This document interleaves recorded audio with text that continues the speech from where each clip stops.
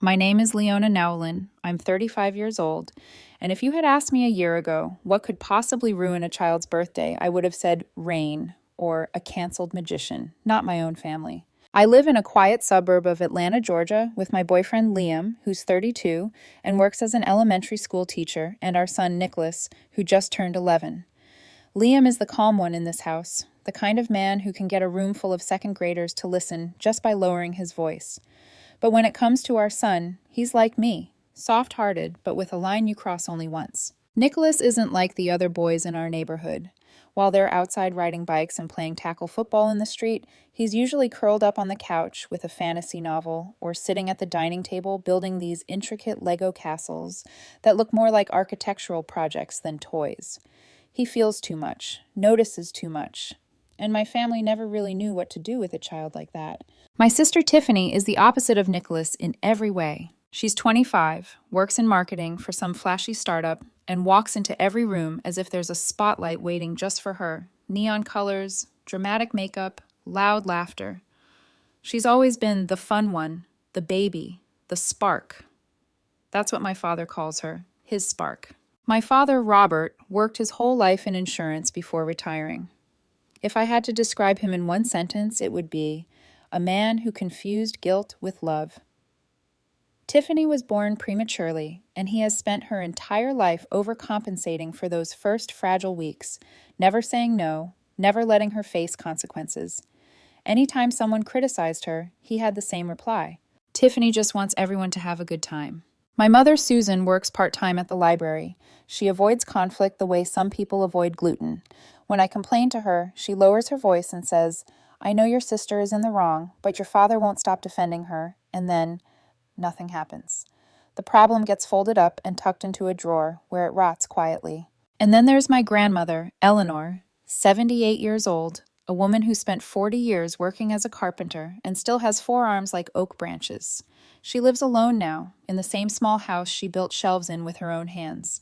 She's not loud, but when she speaks, everyone listens. She told me once, "Sometimes, honey, you need a hammer instead of words." I laughed at the time. I thought it was just one of those metaphors old people like. I didn't know that one day she'd take that idea very, very literally. To understand what happened to Nicholas, you have to go back 6 months to my birthday. We were at a family barbecue in my parents' backyard. The grill was going, the kids were chasing each other around the pool, and for once the air felt light instead of heavy. Liam had bought me this simple chocolate cake, nothing fancy, and I remember thinking, maybe this year will be normal. They dimmed the patio lights. The candles flickered. I leaned over the cake, ready to blow them out. That's when I felt hands slam into the back of my head. My face crashed into the cake. There was this muffled roar in my ears, frosting up my nose, chocolate in my hair, and then laughter. Loud, hysterical laughter. When I pulled my head up, cake dripping from my eyelashes, I heard Tiffany's voice above all the others, high-pitched, delighted. "Oh my God, Leona, you should have seen your face." She was doubled over, holding her stomach. Even my dad chuckled, shaking his head like it was the funniest thing he'd ever seen. Liam, though, looked frozen. My grandmother's jaw was clenched so tight I thought she'd crack a tooth. I wiped frosting from my eyes, and the first person I saw clearly was Nicholas. He was standing a few feet away, small hands clenched at his sides, eyes wide with fear. Not amusement. Fear. That image burned into me deeper than any humiliation. That night, after everyone left, I was in the bathroom trying to wash stubborn chocolate smears from my hair when Liam knocked softly and poked his head in. "You okay?" he asked. "I'm fine," I lied, staring at myself in the mirror. Frosting still clung to a strand near my ear, like a bruise that wouldn't wash off. Just tired. Later, while Liam was helping Nicholas with his bath, I heard our son's voice through the slightly open door, small and shaky. "Dad, I don't want Aunt Tiffany to do that to me." The knot in my chest tightened until it was hard to breathe. When Liam told me exactly what Nicholas had said, I didn't hesitate. I grabbed my phone and called Tiffany. She answered on the second ring, still buzzing with leftover excitement. "Hey, birthday girl, you cooled off yet?" "I'm only going to say this once," I told her, my voice low. "Don't you ever do that to Nicholas." "He was scared today, Tiffany. That wasn't funny for him, or for me." She snorted. "Oh, come on, Leona. You're overreacting. It was just a joke. I do it with everyone." "Not with my son," I said. "I'm serious." "Relax," she replied, and I could hear her rolling her eyes. You're so dramatic." Then she hung up. I wanted to believe she'd heard me, that somewhere behind all that entitlement, my words had landed. I was wrong. A month later, it was Nicholas's 11th birthday. We decided to celebrate at my parents' house because they have a big yard and a pool, the perfect setup for a kid's party. Nicholas had spent hours online picking out his dream cake, a chocolate castle with cream towers and tiny flags. He had been talking about it for weeks, practicing how he would blow out the candles and make his secret wish. That morning, while Liam was setting up tables in the yard, Nicholas came to find me in the garage. He tugged on my sleeve. "Mom?" His voice was barely above a whisper. "Aunt Tiffany isn't going to ruin my cake, right?"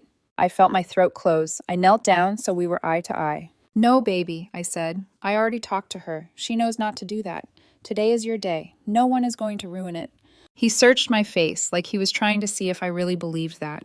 I smiled, even though a piece of me didn't. By 2 o'clock, his friends started to arrive, dropping off brightly wrapped presents and squealing over the night-themed decorations Liam and I had spent all week putting up. Nicholas, in a blue and silver night costume, darted around the yard, shy but beaming. For a while, it was perfect. They played treasure hunt, splashed in the pool, and admired the cardboard castle Liam and Nicholas had built together. The sky was clear, the grill smelled like summer, and for once my chest didn't feel tight. Then I heard it. The engine of a red Honda pulling up too fast. Tiffany stepped out like she was arriving at a nightclub instead of a child's party. Neon pink top, ripped denim shorts, and tall boots. She raised her arms dramatically. "Ready for your surprise, champ?" she yelled. Liam shot me a look, and it was all the conversation we needed. I walked over and lowered my voice. "Remember what I told you," I said. She flipped her hair. "Relax, Leona. I just came to wish him a happy birthday." I didn't trust her. I also knew I couldn't stand over her every second. Still, I decided I was not taking my eyes off her when the cake came out. When it was finally time, Liam carried the cake out carefully. The majestic castle, chocolate walls, cream towers, tiny flags. Nicholas's eyes were shining. His friends crowded around, squealing. We lit 11 candles. Someone started singing. Nicholas closed his eyes, hands clasped together, and I knew he was making that wish he'd been saving. For one suspended second, everything felt right. Then, out of the corner of my eye, I saw a flash of neon pink. "No!" I heard myself shout, but it was too late. Tiffany lunged forward, grabbed the back of Nicholas's head, and shoved his face into the cake. The sound, it was louder than it should have been. A dull thud. Frosting exploded, splattering across the tablecloth, the kids, the patio tiles. One candle, still lit, skidded sideways and grazed Nicholas's left cheek. The smell of burnt sugar and skin hit my nose at the same time. For 5 seconds, the world stopped. The kids froze, mouths open. The two youngest, Olivia and Daniel, started crying, their little shoulders shaking.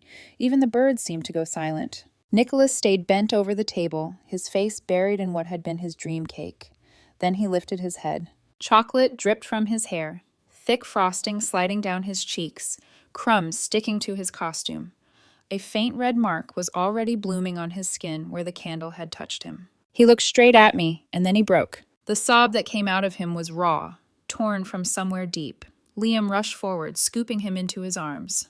"It's okay, buddy, I've got you," Liam whispered, his voice shaking. "I've got you." I stood there, rooted to the spot, my brain struggling to catch up with what my eyes had just seen. Then something in me snapped. "What the hell did you just do?" I spat at Tiffany, my voice low and trembling. She let out a nervous laugh, shrugging. "Oh, come on, it was just a joke. I do it with everyone." "I warned you," I said, taking a step closer. "I told you not to touch my son." Before she could answer, my father shot up from his chair. "Don't talk to your sister like that," he barked. "It's just a bit of fun. Kids need to toughen up." Across the table, my mother leaned toward Tiffany and murmured, "You should apologize to Nicholas," but her voice was small, swallowed by the thick silence. Near the back, Olivia pointed at Tiffany with shaking hands and said, clear as day, "She's mean." Some of the other parents were arriving to pick up their children. They paused at the gate, eyes wide, unsure if they should step into this mess or back away slowly. No one moved. No one comforted Nicholas except Liam and me. Then Grandma Eleanor rose from her chair. "Listen to me, everyone," she said, her voice cutting through the air like a blade. The whispers died instantly. She fixed her gaze on Tiffany. "You were warned clearly. Why did you do it?" Tiffany, who was never nervous, suddenly looked small. "Grandma, I just wanted everyone to have fun." Grandma's eyes flicked to Nicholas, still sobbing into Liam's chest. "Do you see him having fun?" she asked quietly. "Look at him." Color drained from Tiffany's face. Then Grandma turned to my father. "Son, do you see your grandson crying?" "Don't tell me how to raise my grandchildren," he snapped. "Every parent disciplines their own child." The silence after that was suffocating. The kids clung to their parents. Susan stared at the ruined cake like it was a crime scene. Liam's hand cradled the back of Nicholas's head, shielding him. Grandma held my father's gaze for a long, unbearable moment.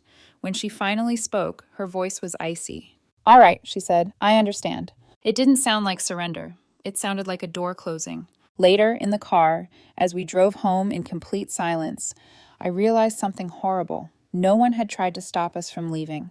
No one had chased after us with an apology. They just watched us go like we were the problem. At home, Nicholas refused dinner. He crawled into bed, pulled the blanket over his head, and let Liam gently clean the frosting from his hair. When I came in, Liam had just placed a small bandage on Nicholas's cheek where the candle had burned him. Nicholas's eyes were swollen, his voice hoarse. "Mom," he whispered, "why does Aunt Tiffany hate me?" I had no answer that wouldn't break him further, so I just sat on the edge of his bed and stroked his hair until his breathing slowed. Later that night, when the house was finally quiet, I stepped into the hallway and called my grandmother. "Thank you for speaking up today," I said, my voice raw. There was a pause on the other end. When she answered, her voice was calm, but there was something in it that made my skin prickle.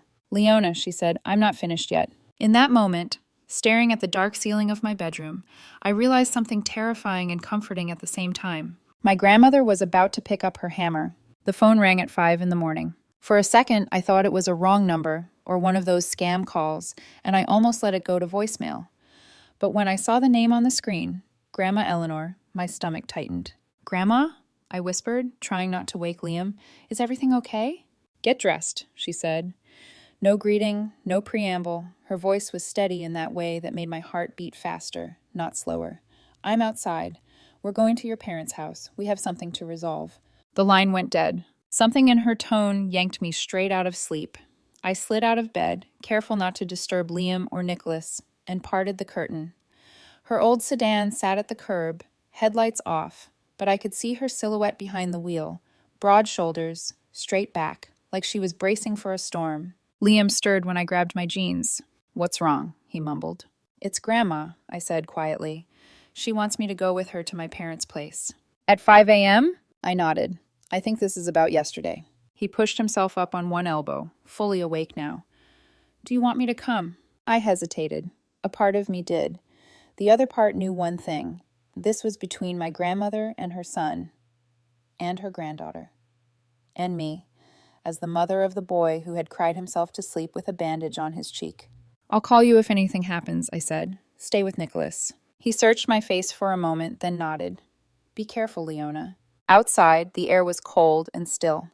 When I opened the passenger door, I saw that Grandma was wearing her old work clothes, a faded flannel shirt, worn jeans, boots caked with sawdust that had settled into the leather years ago.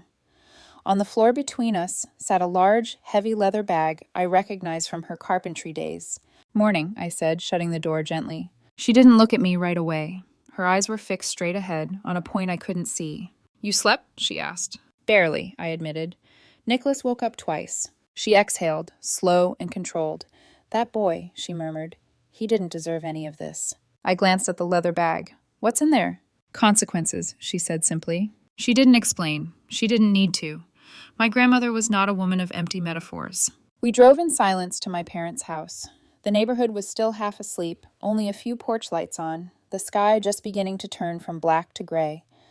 I watched familiar houses go by as a thought thudded in my head. This is more than a talk. She's decided something. When we arrived, Grandma marched straight up to the front door and began pounding on it with the side of her fist. Not polite knocking, heavy, insistent blows that rattled the frame. "Eleanor, for heaven's sake!" My mother's voice finally came from inside, muffled and startled. The door opened, and my mom stood there in her robe, hair messy, eyes wide. "Get everyone downstairs," Grandma said. "Now, we have something to address." There was no room to argue. Susan vanished upstairs, and within 10 minutes, my family was slumped around the living room like a hastily assembled jury. My father, Robert, sat on the sofa, scowl etched into his face like it had slept there. Tiffany came down last, in pink pajamas, hair tangled, mascara smudged beneath her eyes. She looked annoyed, not scared. That wouldn't last. Grandma stood in the center of the room, her leather bag at her feet. Her voice carried without her needing to yell. "This is your last chance," she said. The air tightened. "Tiffany," she continued, "you will apologize to Nicholas in front of the entire family. Not later, not privately, not with excuses. Now." Tiffany blinked as if she'd misheard. "I don't think I did anything wrong," she said, crossing her arms. "It was just a joke. Leona's always so dramatic." Grandma's jaw clenched. She turned to my father and looked at him with a cold disappointment I'd never seen on her face before. "Letting bad behavior go unchecked has consequences," she told him. "You've done it for years. This is where it ends." My father gave a short, contemptuous laugh. "Do whatever you want, Mom. I'm not afraid of you." My mother shifted nervously on the edge of the armchair. "Robert, maybe you should just—" "Enough, Susan," he snapped. The tension in the room was thick enough to chew. I felt my heart hammering in my chest. Part of me wanted to grab Grandma's arm and drag her out before this turned uglier. Another part of me knew it was far too late for that. Grandma didn't raise her voice. She didn't argue. She simply looked at Tiffany again. "I'm going to ask you one more time," she said. "Are you going to apologize to Nicholas?" Tiffany's bravado flickered, just for a second. Her eyes flitted around the room, searching for someone to rescue her. My father avoided her gaze. Susan stared at her own hands. No one moved. "I didn't do anything wrong," Tiffany repeated, but this time the words sounded thinner, less certain. Grandma nodded, as if she had expected that answer all along. "Very well," she said. "I know what I have to do." She picked up the leather bag, walked to the front door, and stepped outside without another word. The room remained frozen for 2 beats, like we were all waiting for a director to yell "cut." Then we heard it. A sharp, explosive crack, loud enough to make my bones rattle. "What was that?" my mother gasped, jumping to her feet. Another crash, glass shattering. We all bolted to the door. Grandma stood in the driveway next to my father's prized red 1995 Mustang, the car he had spent 3 years restoring from a totaled wreck into a gleaming trophy, the car he polished every Sunday like it was a shrine. In her hands, Grandma held an old wooden baseball bat, the same one I'd used as a kid in her backyard, smacking balls until my arms ached. Now she swung it down with frightening precision. The bat smashed into the windshield, spiderwebbing it into 1,000 fractured shards. Another hit, and the glass collapsed inward, scattering across the front seats. "Are you insane?" my father yelled, charging out barefoot. "That car is one of a kind." Grandma didn't even look at him.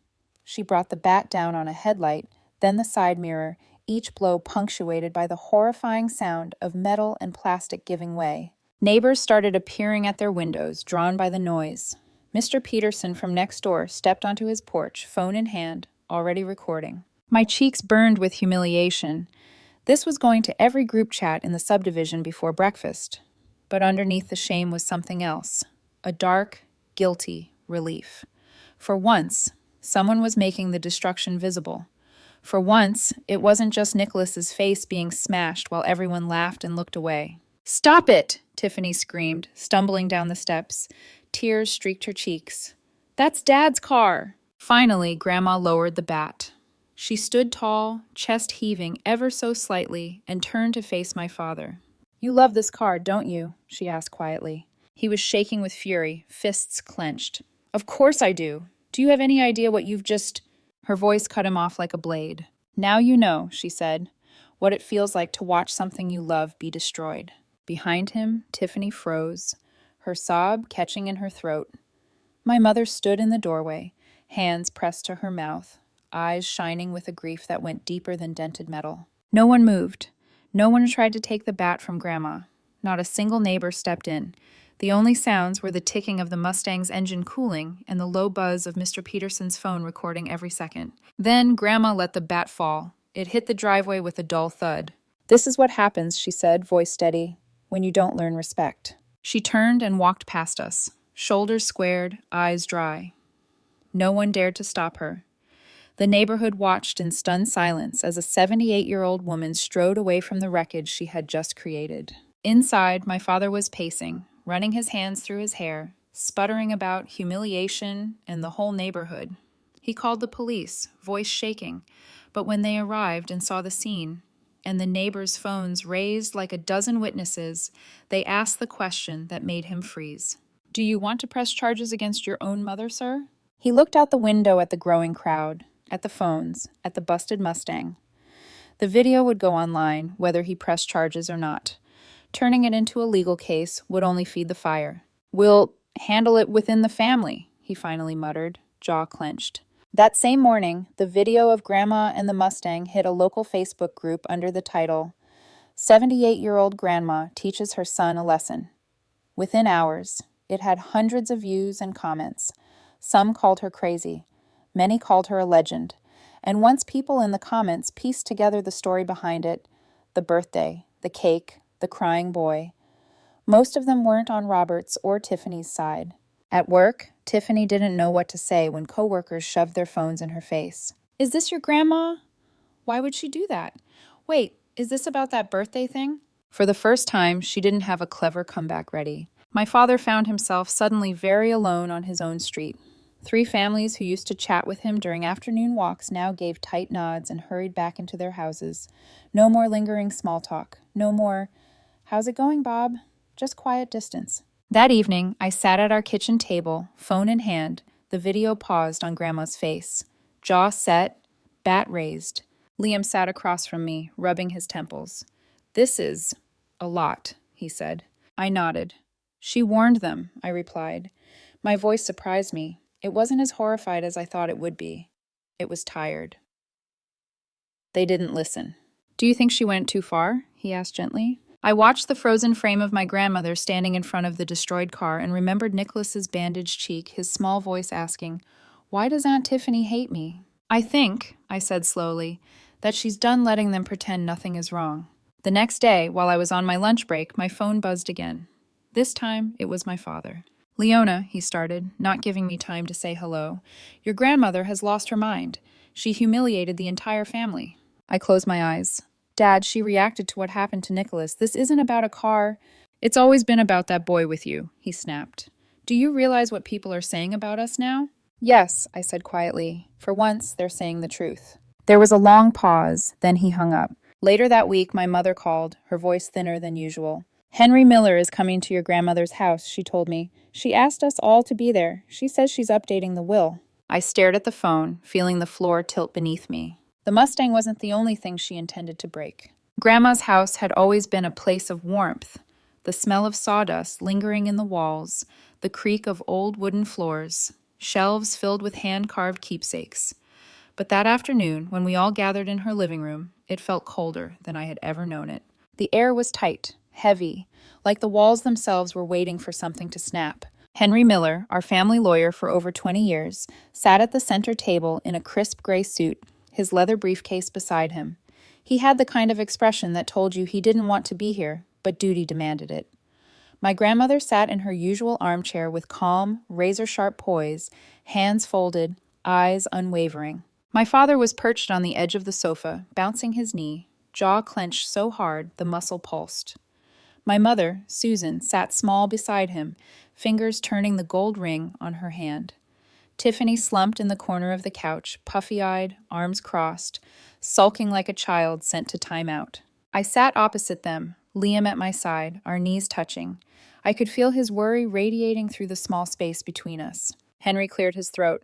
"At the request of Mrs. Eleanor Nowlin," he began, "we will now proceed with the updates to her will." My father muttered, "Unbelievable," under his breath. Grandma slowly rose to her feet. When she spoke, her voice was steady, not angry, not bitter. Just resolved. "I am removing Robert Nowlin from my will," she said, "effective immediately, including any rights to this house." The words hung in the air like a dropped weight. My father blinked, stunned. It took a moment for the meaning to land. When it did, his mouth opened, but no sound came. He just stared at her. Grandma continued before he could find his voice. "And if Tiffany does not apologize to Nicholas within 7 days, a full, sincere apology, she will be removed as well." Tiffany's head snapped up. "What? Grandma, you can't—" "I can," Grandma said, "and I will." Henry adjusted his glasses and began reading the new distribution. "Susan Nowlin will receive 30%, Leona Nowlin 20%, Liam Turner 20%, and Nicholas Nowlin 20%, placed in a trust managed by Leona until he turns 18. At the mention of his name, Nicholas, who sat quietly beside Liam with Simon curled under his arm, lifted his head. His face was calm but serious, far older than 11 years should allow. My father surged to his feet, rage flushing his cheeks crimson. "You can't do this," he shouted. "I took care of you. I drove you to your appointments, fixed your fence, paid for the roof repairs." Grandma met his fury without flinching. "You took care of me, yes," she said softly. "But you failed to teach your daughter respect, and you failed your grandson when you defended cruelty." Tiffany let out a choked sob. "I didn't do anything wrong." It was then, that exact sentence, that something in my mother snapped. She stood, spine straight, and for once in her life she didn't look down or speak softly. "You did," my mother said, voice trembling, not with fear, but with anger she had swallowed for decades. "You hurt that child, and you've been hurting people your entire life. It's time you face it." Tiffany looked at her like she'd been slapped. Henry cleared his throat again, uncomfortable. "I need signatures confirming you've witnessed the update." My mother stepped forward first. "I'll sign," she said. Her hand didn't even shake. My father stared at her, betrayal all over his face. "Susan." She didn't look at him. When she finished, she placed the pen down with a quiet finality, a sound more symbolic than loud. Liam glanced at me. I squeezed his hand. My father finally found his voice again.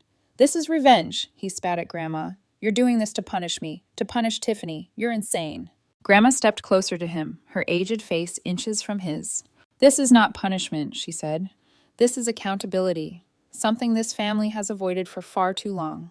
Her words rippled through the room. My father looked away first. "But Tiffany." Tiffany folded inward like a collapsing tent. Tears streamed down her cheeks. "I didn't think it was a big deal," she whispered. "It was just a joke. It's always just a joke." Henry closed the folder. "This concludes the legal portion." My father grabbed his jacket and stormed out, slamming the door so violently the stained glass panel rattled. Tiffany sobbed harder but didn't chase him. My mother stayed seated, hands clasped tightly in her lap, her eyes wet but steady. Once the tension settled enough to breathe again, Grandma turned to me. "Leona," she said quietly. "A word?" I followed her into the kitchen. She leaned against the counter, hands wrapped around a mug of cold tea. "I didn't do this for money," she said, her voice softer now, almost tired. "I did it because Nicholas deserves a family that protects him, not a family that excuses cruelty." I swallowed hard. I know. She looked at me then, really looked. The years of strength etched into every line of her face. "That boy cried because he thought his aunt hated him," she said. "A child should never feel that from their own blood." Her words hit something deep and raw in me, because she was right. Nicholas hadn't cried just from the cake. He'd cried from betrayal. When we returned to the living room, Tiffany had quieted. She wasn't crying anymore. She was staring at the floor, dazed, like she was finally realizing the world was not built to bend around her. My mother stood, smoothed her blouse, and walked over to Grandma. "You did the right thing," she said again. This time her voice was steadier. Tiffany looked up with a mixture of fear and disbelief. "Mom?" But my mother didn't rush to her side. For the first time ever, she didn't run to save her. And Tiffany understood. Her father couldn't shield her. Her mother wouldn't. And her grandmother had set a consequence she could no longer dodge. The meeting ended with a suffocating silence. As we gathered our things, Liam took my hand. "Say something to Nicholas," he murmured. I knelt in front of my son. "You did nothing wrong," I told him. "And we are going to make sure you always feel safe. Always." He nodded. A small, solemn nod that broke me more than any scream would have. As I stood, Grandma placed a gentle hand on Nicholas's shoulder. "We're going to teach you something special soon," she said. "Something about strength." He blinked up at her. "Carpentry?" She smiled faintly. "Maybe. But more about building a life where no one gets to put your face in the dirt." Outside, the sky was bruised with dusk. My father's car was gone. Tiffany stayed inside, silent. And as we walked to Liam's car, I knew this was not the end. Not even close. Grandma had shaken the ground, but something else was coming. A change. A reckoning. A rebuilding. The next stage hadn't begun yet, but the foundation had cracked. We were about to see what would rise from the rubble. 2 days after the will meeting, our house finally felt still. No raised voices, no slamming doors, no shaky phone calls from my parents, just the soft hum of the dishwasher and Nicholas sitting cross-legged on the living room floor, sorting his Lego pieces by size, the way he always did when he wanted to feel safe. Liam brought him a cup of hot chocolate. "Extra marshmallows," he said gently. Nicholas smiled faintly, but his eyes still carried the shadow of that horrible birthday. Trauma lingers in strange ways, even in an 11-year-old. I watched him carefully. The burn on his cheek had faded into a small pink mark. It would disappear soon enough, but I knew the emotional one would take longer. Then my phone buzzed. A text from Grandma. "Come to my house Saturday. I'm fixing something that should have been fixed long ago." Saturday came, and when we arrived at her house, Nicholas tugged at my hand. "What are we doing here?" "You'll see," Grandma said, appearing at the door with a rare, mischievous glint. Inside, her entire yard looked transformed. A night-themed celebration. Royal blue banners hung between the trees. Little lanterns, shaped like stars, dangled from branches. A handmade wooden sign read, "Honoring Sir Nicholas." Nicholas froze. His eyes widened in amazement, the kind only an 11-year-old can have. "Grandma," he whispered, "you did all this?" She placed a hand on his shoulder. "Your real birthday wasn't taken from you. It was stolen, and I don't let thieves have the last word."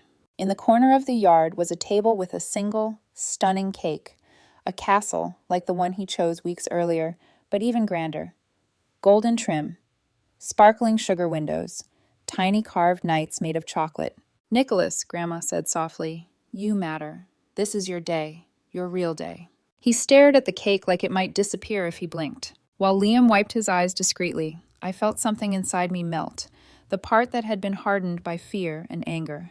This wasn't a party. This was a correction of history. Only 5 of his closest friends were invited, the ones who didn't join the chaos or laugh when Tiffany shoved him. When they arrived, their parents hugged Nicholas gently, telling him how brave he was. There were no loud entrances, no neon, no boots stomping across the lawn, just warmth, kindness, and respect. The kids ran around the yard, chasing foam swords Grandma had made from pool noodles wrapped in silver duct tape. Laughter filled the air with a softness I hadn't heard since before the nightmare of that birthday. Then Grandma called Nicholas over. "I have one more gift," she said. From behind her rocking chair, she brought out a small bundle of golden fur with floppy ears and a red bow around its neck. Nicholas gasped. "A puppy?" "A golden retriever," Grandma said. "His name is Simon. He will protect you. He will never hurt you, and he will always be on your side." Nicholas's eyes flooded with tears, but not sad ones. He knelt down and hugged the puppy, who promptly licked his cheek. Even Liam choked on a breath. "Eleanor, this is perfect." Grandma shrugged. "A boy deserves loyalty." Nicholas hugged Simon again and looked up at her. "Thank you, Grandma. I love you so much." That was the first time in 2 weeks I saw him smile without hesitation. The changes in Nicholas came slowly at first, then all at once. Simon followed him everywhere, a loyal shadow.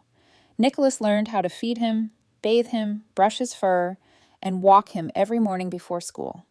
Responsibility made him stand a little taller. One afternoon, I overheard him gently telling a classmate in the yard, "No, I can't lend that Lego piece. It's special to me." His voice wasn't shaky, his hands didn't fidget. He had found his voice, not loud, but firm. At school, he joined the debate club, something he had never dared before. His teacher told me he raised his hand more. He even volunteered to help younger students with reading. Simon would sit proudly beside him in the backyard while Nicholas practiced arguments aloud. Liam watched from the porch, smiling. "He's becoming his own knight," he whispered. Meanwhile, the fallout for Tiffany was just beginning. Her co-workers didn't make fun of her. Worse, they pitied her. Eyes dropped, voices lowered, conversations stopped when she walked into the room. Whispers followed her down hallways. "That's the one whose grandma went viral. She shoved a kid's face into a cake. Who even does that?" Her friend group wasn't kinder. Those who had once partied with her started keeping their distance. She lost her usual crowd, the people who cheered her on no matter what disaster she caused. Then came the financial reality. Robert, pressured by my mother's newfound strength, stopped paying Tiffany's rent. The bills that had magically disappeared for years now piled up. Panic set in. On the 3rd day of crying phone calls, my mother finally told her, "You need to grow up, Tiffany. Grandma warned you. We all warned you." And Tiffany, stunned, shaking, mascara streaking down her cheeks, realized no cavalry was coming to save her. She had to save herself. Her workplace eventually required her to start therapy after multiple complaints. At first, she went bitterly, blamed everyone but herself. But the cracks had begun to show. And therapy has a way of shining light in the darkest corners. Slowly, painfully, she began to look at herself, at her entitlement, her carelessness, her belief that she was untouchable. For the first time in her life, she wasn't. That same week, Grandma invited Nicholas and me over for something she called a lesson. We walked into her workshop, scented with pine and sawdust, where she had set out a small workbench, a hammer, a measuring tape, sandpaper, and a few wooden boards. Nicholas blinked up at her. "Are we building something?" "Yes," she said, "your confidence." She guided his small hands on the hammer, showed him how to tap, not slam, how to measure twice, how to steady a nail. The first swing was clumsy, the second better, the third perfect. As the board came together, piece by piece, Grandma said, "Your father and aunt think strength is loudness, but true strength is knowing your own worth and building your own boundaries. Once you know your value, no one can shove your face into anything, cake or otherwise." Nicholas nodded, absorbing every word. By the time we left, he was carrying a shelf he'd built with his own hands. His smile stretched across his face. Simon trotted proudly beside him, tail wagging. Liam set the little shelf in Nicholas's room that night. As he ran his fingers along the smooth wood, he whispered, "Grandma taught me to be strong." And I knew he didn't mean with a hammer. He meant with his heart. But the biggest surprise came 2 months after the original incident. A letter arrived in the mail addressed to Nicholas Nolan. 3 pages, handwritten in trembling cursive. From Tiffany. There were no excuses, no buts, no deflections. Just apologies, acknowledgement, responsibility. She wrote about therapy, about seeing herself clearly, about understanding, maybe for the first time, the hurt she'd caused. And at the end, she wrote, "I don't expect forgiveness. I only want to be better. For you, for Leona, for our family. If you ever decide to talk to me, I'll be grateful. If not, I will understand." We sat around the table as Nicholas read the letter silently. When he finished, he folded it neatly.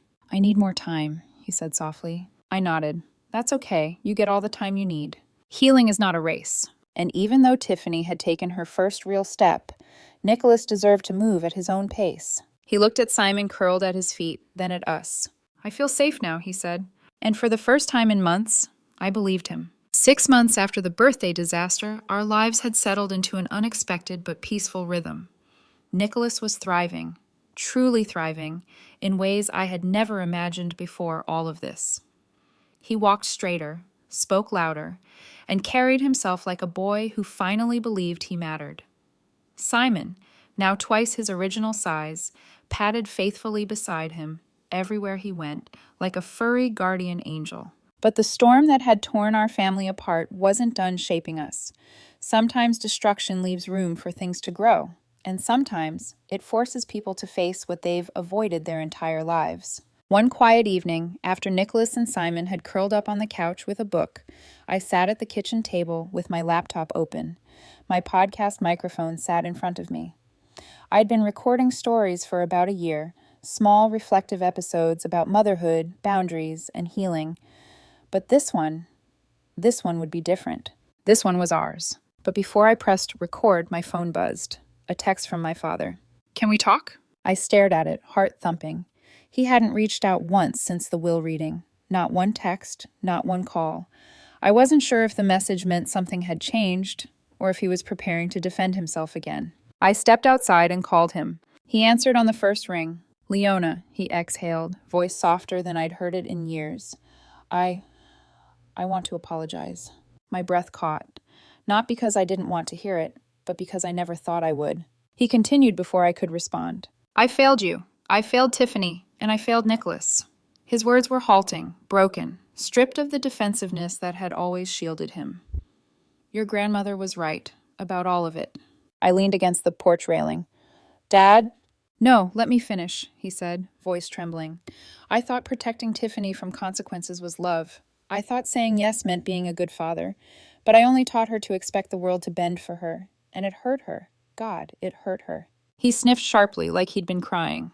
I watched her lose her friends, her support, her confidence, and I realized I had created that.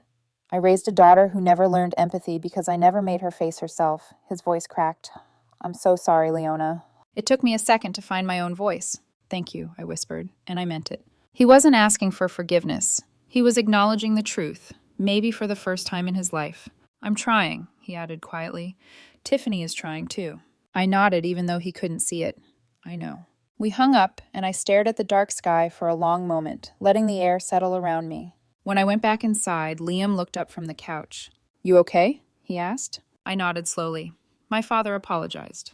Liam's eyebrows lifted. A real apology? A real one, I said. He reached out and squeezed my hand. That's a start.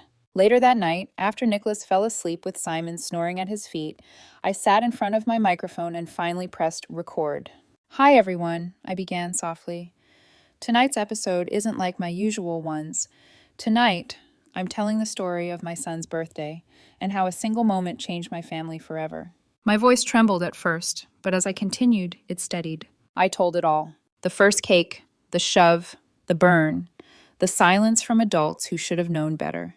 The bat, the Mustang, the will, the therapy, the puppy, the letter. I didn't name names, but I described the emotions, the betrayal, the shock, and the rise of the one person who had refused to look away. My grandmother, I said, is my son's hero. She didn't act out of anger. She acted out of love, a kind of fierce, unyielding love I didn't understand until I became a mother. The next part was the hardest. When your child is hurt by the people who should protect them, something breaks inside you, and something else grows. A boundary, a line, a voice you didn't know you had. I paused, breathing steadily. And the thing I learned is this. Boundaries are an act of love, not punishment. Love for yourself, love for your children, love for your future. My voice softened further. Nicholas is no longer afraid of being hurt. He knows he deserves respect. He knows he has power. And he knows he has a family who will protect him. That is the real ending of this story. I took a long breath. And as for my sister, reconciliation is possible, but slowly, carefully, and only if she continues to show respect. Because forgiveness is not owed, it is earned. And boundaries are not suggestions, they're instructions. I ended the recording with the quiet image that had brought me peace countless nights. Tonight, I whispered, my son is sitting next to his puppy, reading a book, safe and loved, and that is all I ever wanted. I pressed stop. The next morning, when I checked my inbox, a simple message from Tiffany waited for me. Thank you for reading my letter to him. I'll keep working on myself. I hope one day Nicholas will want to talk to me. I'll respect his pace. It wasn't a miracle. It wasn't a reset. It was the first real sign of change I'd ever seen from her. That evening, as the sun dipped behind the trees, Nicholas sat in the living room with Simon curled at his feet, book open on his lap. He looked peaceful, confident, whole. Liam slipped an arm around my waist. We did good, he said quietly. I leaned into him. We did what we had to. Grandma's words echoed in my mind. Sometimes you need a hammer instead of words. But I had learned something else too. Sometimes you need both. A hammer to break the cycle. Words to build something better. And for the first time in years, my family was building. Brick by brick, boundary by boundary, heart by heart.